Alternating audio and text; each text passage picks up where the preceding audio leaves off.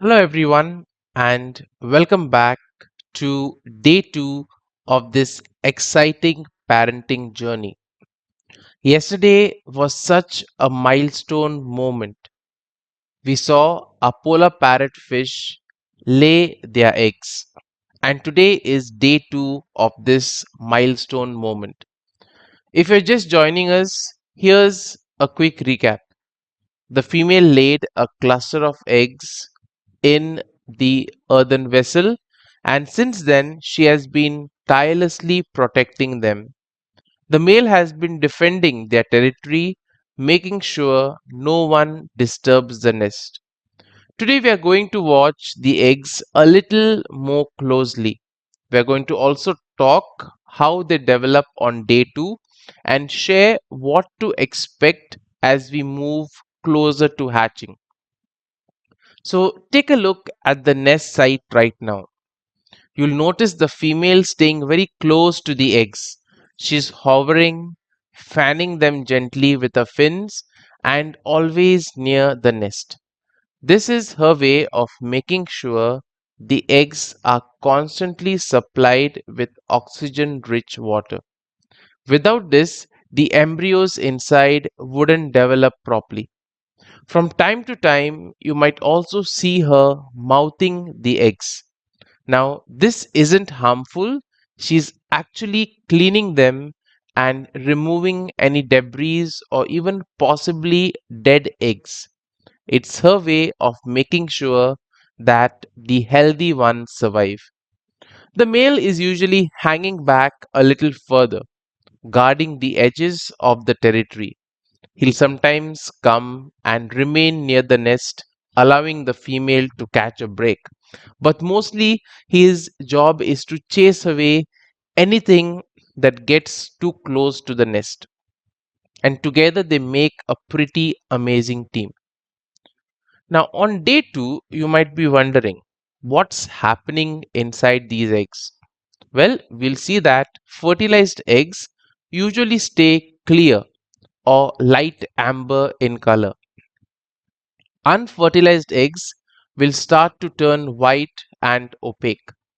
Those are the ones the parents may remove. Now, inside the good eggs, tiny embryos are beginning to form. You won't see any movement yet, but the development has definitely started. And this stage is very important because the embryos are fragile. So, water quality and the parent's care make all the difference. If the conditions are right, in just a few days, we'll start seeing them hatch into tiny fry. Now, one of the most fascinating parts of cichlid parenting is how instinct driven it is. These fish don't get taught how to care for eggs, it's just built into their nature. The female takes the role of the nurturer, staying as close as possible to the eggs. The male, on the other hand, is the protector, defending their space.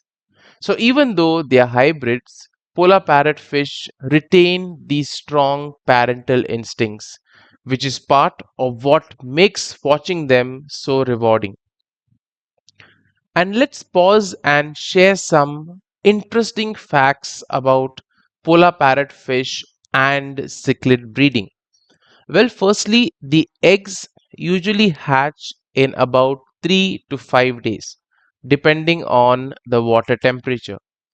The fry, when they'll be first hatched, will be called wrigglers.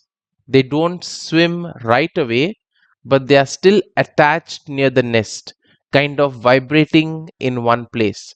That's why they are called as wrigglers.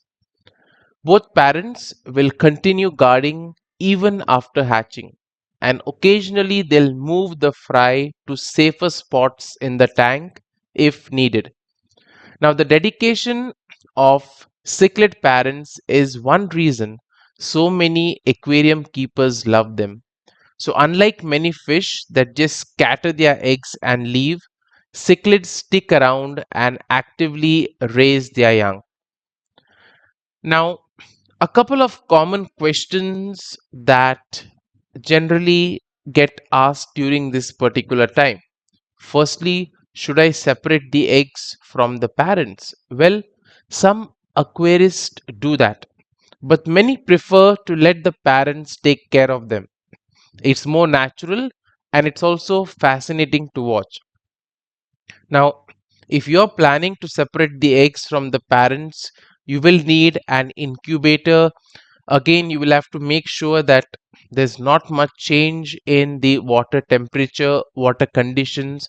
So, a lot of parameters need to be taken care of. So, it's best that they remain with their parents. But if you see that the parents are eating the eggs, then you could step in. Next question that is occasionally asked is, how many fry can survive? Now, this really depends. In a community tank, the survival rates are lower because other fish may prey on them. And that was the case with this same pair last time around.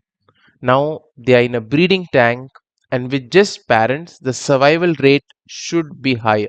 So that is something to watch out for. Now, you may ask, what if parents start eating the eggs? Well, this happens sometimes, especially with first time parents.